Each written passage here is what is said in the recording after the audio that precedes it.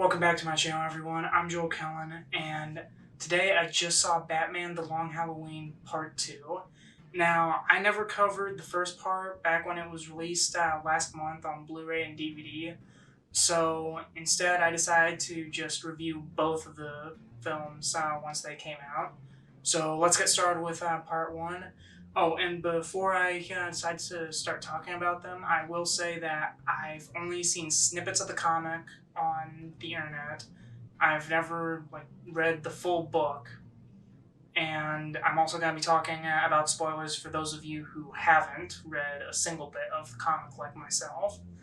So let's get started with Part 1. Part 1 of The Long Halloween starts off really great. It immediately starts with Batman being established as a vigilante who sometimes works with the police in catching the regular crooks and bad guys. And then it instantly segues into the core mystery of the film being of the holiday killer, and it all starts on Halloween night. There were some really nice details, such as Gordon's family, particularly a younger Barbara Gordon and his son James Jr. The voice acting between the characters, I will admit, I thought that the dubbing felt a little bit off, especially with Jensen Ackles as Batman, which I'm not sure if I'm in the minority here, but at first I did not like Jensen Ackles as Batman. He was okay as Bruce Wayne, but I just didn't see him as Batman. Although he did grow on me later in the film and coming into Part 2. The guy whose voices Harvey Dent does a great job portraying him, as well as portraying his other split personality side. Naya Rivera does a great job as Catwoman in both parts 1 and 2. It's a shame that she never got to see her performance come to life. Whoever voiced Gordon did a pretty good job playing that character. Troy Baker returns as the Joker after voicing him in numerous projects that started with Batman Arkham Origins. Everyone else portrays their characters pretty well. Carmine does, the guy who plays as Carmine Falcone, he does a good job in playing the mob boss, the Godfather type. Whoever voiced Calendar Man, I can't remember his name, but he's been in a lot of DC projects. He'll soon be playing as the Polka Dot Man in the Suicide Squad movie, which I'll be covering that one once it releases. But he also does a pretty good job in playing Calendar Man for what little screen time he gets. In part 1, he really plays up the Hannibal Lecter type character, where Batman and Gordon go to him to ask for advice about the holiday killer. In part 2, that's there, except he also takes on a little bit more of a comedic role. Even the character of Solomon Grundy, who only appears for a handful of scenes in part 1, I don't know who voiced him, but his character was an interesting addition to the first part. I know he appeared in the comic, but I did find it a little bit, how do I put this, out of place when, out of all the mob bosses and Gotham's rogues, Solomon Grundy is really the only character who's a borderline supernatural character who appears in the story. But I will say my favorite scene in the entirety of part 1 was when Batman leaves out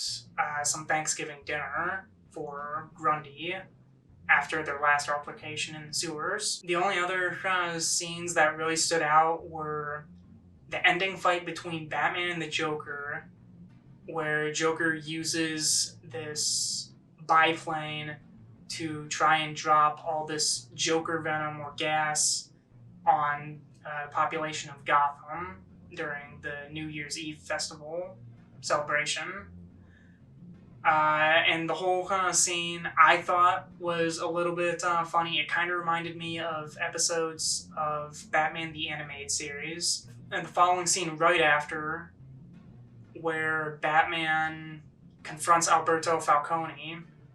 Oh, speaking of which, Jack Quaid also does a pretty decent job in voicing Alberto Falcone.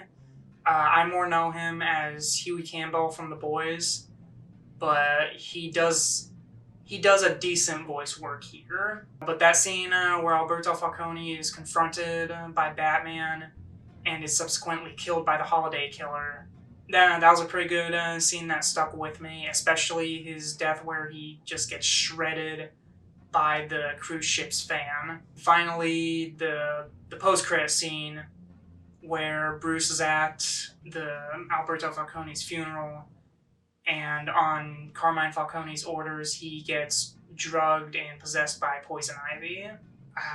And that was really all I remembered from Part 1. So Batman The Long Halloween Part 2 takes place right after the post-credit scene of Part 1, where Bruce is under Ivy's control. And because of that, Batman is absent for a few months, I believe, and in that time the Holiday Killer keeps on striking. And Gordon and Harvey Dent are nowhere close to finding out who the identity is. That whole plot point where Bruce gets possessed by Ivy, it gets resolved fairly quickly. It was also a nice touch that whenever Bruce Wayne was being mind-controlled, it just showed him in a field full of flowers with Ivy coming towards him in a white dress. That was a nice touch and a nice contrast to the Scarecrow hallucinations. And to be honest, the rest of Part 2, at least to me, was a bit of a blur. Until that scene where Harvey gets his face melted in court. Another really nice scene that I liked from that film came almost immediately after, where Two-Face meets up with Grundy in the sewers, and they have a chat where Grundy only says, like, born on a Monday, and Two-Face is basically talking to himself. And through that little dialogue, they actually come to an agreement where Two-Face actually rips off the bandages to start revealing his real face. And I always found that scene and that scene where Batman gives Grundy Thanksgiving dinner to be honestly pretty good. It to me, it kind of showed the more human sides of both Batman and Harvey. The only other notable scenes that I really remember off the top of my head are also the finale in Part 2 where Two-Face unites all of Gotham's rogues and he attacks Carmine Falcone's mansion, house, tower, whatever you want to call it, but he unites all of Gotham's major villains that have appeared throughout the first two parts, including the Scarecrow and the Mad Hatter, which, by the way, that nightmare scene that the Scarecrow puts Batman in, that one was also pretty good. It did show Batman's parents' deaths, like pretty much every other Batman movie.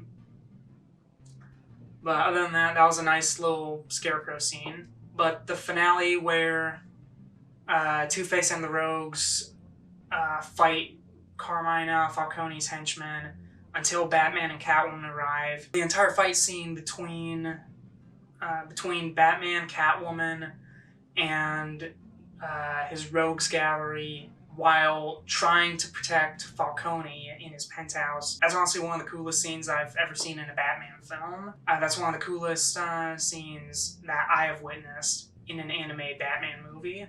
Just seeing those two take on the most notable of Batman's villains. It just reminded me a lot of the Batman Arkham series. There wasn't really anything else that I remembered that was a highlight of the film. I will admit, the ending was okay, where in contrast to the comics, Batman does actually discover that it was Gilda Dent who was the Holiday Killer. Interestingly enough, he does let her go. And I think that's more because he kind of gets where she's coming from. because she explains that she was originally in love with Alberto, but Carmine forbid their love, including killing the child that Gilda herself was carrying, because he didn't want her to be part of the family out of wedlock. That was a nice little dark touch that I don't know if it was from the comic, but if it wasn't, then that was a great addition to the film. They did make a few slight changes from the comic, such as that scene where Alberto gets shredded by the boat. Again, I don't know if that's what happened in the comics, but I do know that it happened in the movie, and I had already guessed that he's not coming back from that. Where in the comic, he faked his death, and then he came back and carried on the holiday killings. In the movie, it's all Gilda and Gilda alone. There is a nice little scene where Harvey first reveals himself as Two-Face, and he actually stops Batman from apprehending the holiday killer. Where to me, that was my tale that they were sticking with the source material, that Gilda was going to be the holiday killer. But they also hinted at, just moments before, when Gordon reveals that they found the murder weapons being those pistols that were silenced by the baby nipples. The baby bottle nipples.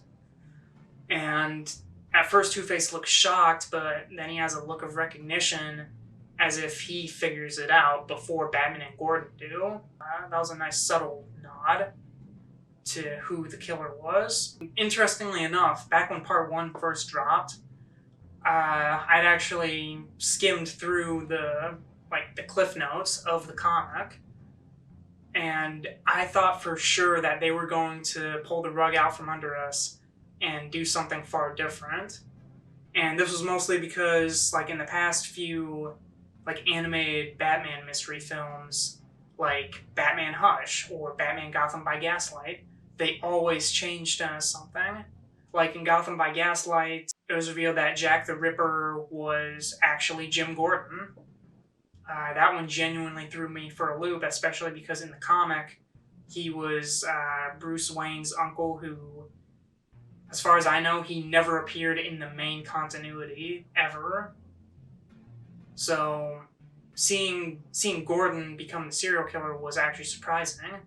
Or in Batman Hush, where they permanently killed off Thomas Elliot, and it was revealed that the Riddler was Hush all along. Not just the mastermind like he was in the comics, but he was the guy behind the bandages as well. So I thought for sure that they were going to have the holiday killer be someone else.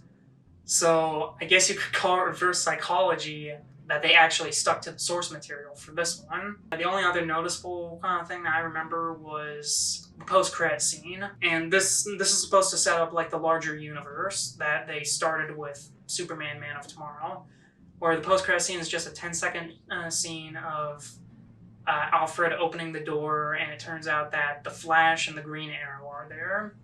And that's supposed to set up the larger universe that will eventually lead into a future Justice League film. It'll be interesting to see what this new cartoon Justice League iteration looks like. But that also segues into a couple things that I didn't exactly like about the film, and they're more nitpicks, really, to be honest. And starting off with that post-credit scene, as cool as it was to see the Flash and Green Arrow there, I thought that them being there felt completely out of place. We just spent the last two films just going over Batman trying to take down both the Falcone and Maroni crime families. No mention of any other superheroes in the universe. And then suddenly we have these two costumed heroes with really bright costumes showing up at the very end for a stinger. I think what the post-credit scene should have been is possibly just Clark Kent, not Superman, Clark Kent in his Daily Planet clothes would just show up at Wayne Manor by himself. And Bruce Wayne and Clark would already know each other's secret identities. I just felt like them wearing their costumes on Halloween night just felt a little bit silly, especially for this film. Going back to part one for a minute,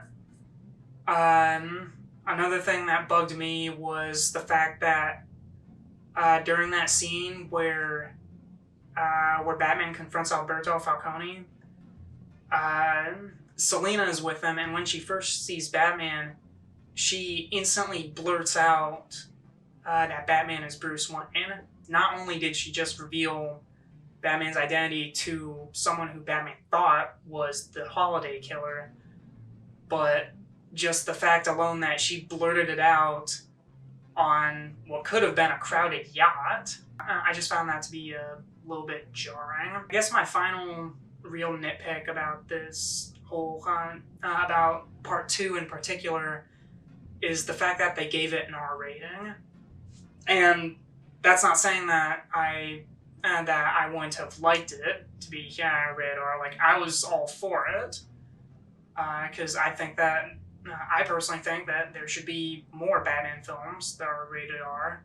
Gotham, you got like all these different rogues who some of them are even worse than the Joker.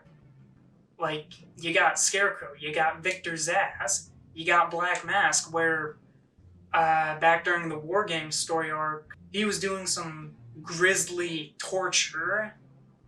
Like, that is more than worthy of an R rating. But my whole problem with part two being rated R is the fact that they don't really take advantage of that. I usually categorize an R rating in about 4 categories. 1, blood and gore. 2, language. 3, nudity. Or 4, like frightening or intense scenes. Now, right off the bat, there's little to no frightening or intense scenes in The Long Halloween Part 2. The only one that I think comes close is the Scarecrow hallucination that Batman suffers early on in the film. But I have seen way scarier scenes in like a lot of live action and even animated Batman films. Like the Scarecrow hallucinations in like Batman Begins are scarier than this. So moving on to nudity, there's pretty much none. Language, there's nothing too bad. As far as I know, you're only allowed to have 3 F-bombs in a PG-13 film, and there was only 1 F-bomb. It was at the end. It was said by Carmine Falcone right before he gets killed by Two-Face. I don't know if the rules are different for animated films or not, but they only have 1 F word in it. There was going to be another one where Sophia Falcone was about to light up all the Gotham rogues, like go on full Scarface. Right before she does it, she says something along the lines of, "Come on, you motherfuckers," right before she starts squeezing the trigger on the machine guns.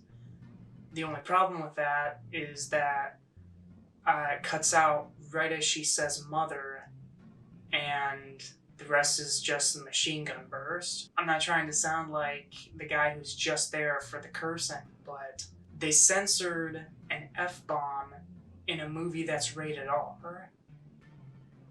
And I don't know why, but that just seems stupid. And then finally, blood and gore, which, to be honest, I think part 1 was a lot bloodier than part 2. Like that scene at the end where Alberto gets shot and he falls off the yacht and his body just gets shredded by the propeller blades. That was the bloodiest scene I remember seeing in both parts of the film. Whenever Catwoman is scratching someone, there's no blood. Whenever somebody gets shot, or at least most of the times that somebody gets shot, there's little to no blood. I mean, there's pools of blood with dead bodies and there's blood trickling out of their mouth, but that's really it. And then the biggest scene that I thought was the reason why it got bumped up to an R rating, the scene where Harvey is in court and Maroni burns his face with acid. Like, I expected that one, well, I was hoping that it would be like incredibly bloody and gory. Like, maybe my standards were a little bit too high, but I was actually kind of hoping that it would be like almost David Cronenberg levels of body horror there. But all they do is just splash a little bit of like green stuff on half of his face, and it just covers his face for the entire scene, and that's it. And maybe this is just because I'm a big fan of horror films. Like one of my favorite movie series is the Saw franchise. So I will wholeheartedly say like I'm there for the gore. So I guess I was hoping for like something more visceral, like that scene at the end of Raiders of the Lost Ark where that one Nazi gets his face completely melted off, and it looks like his skin just bubbles and just completely melts off like it's wax. I was kind of hoping on seeing something similar to that, but in cartoon form. But maybe my standards were just way too high for that. But my point is, because of all those reasons, I don't think the film should have gotten an R rating. Like movies like Batman Under the Red Hood, The Dark Knight Returns, parts 1 and 2, Justice League, The Flashpoint Paradox, those are all movies that are rated PG-13, that have like way more blood and gore, it has way more like dark subject matter, and it's just way more grisly than The Long Halloween Part 2. All of those are rated PG-13, but I think those ones are more deserving of an R rating. So if those ones were rated PG-13, then this one should have been PG-13 as well. But all in all, both parts 1 and part 2 were fantastic. Part 1 made it feel like I was watching a lost episode of Batman the Animated Series, and part 2 reminded me of the Arkham games. Both of those are very good. So that's really it for me. What were your thoughts on The Long Halloween? Did you love it? Did you hate it? Have you not seen it yet? And are you just gonna see both parts together when they do come out on DVD? Until the next review, I'll catch you guys later.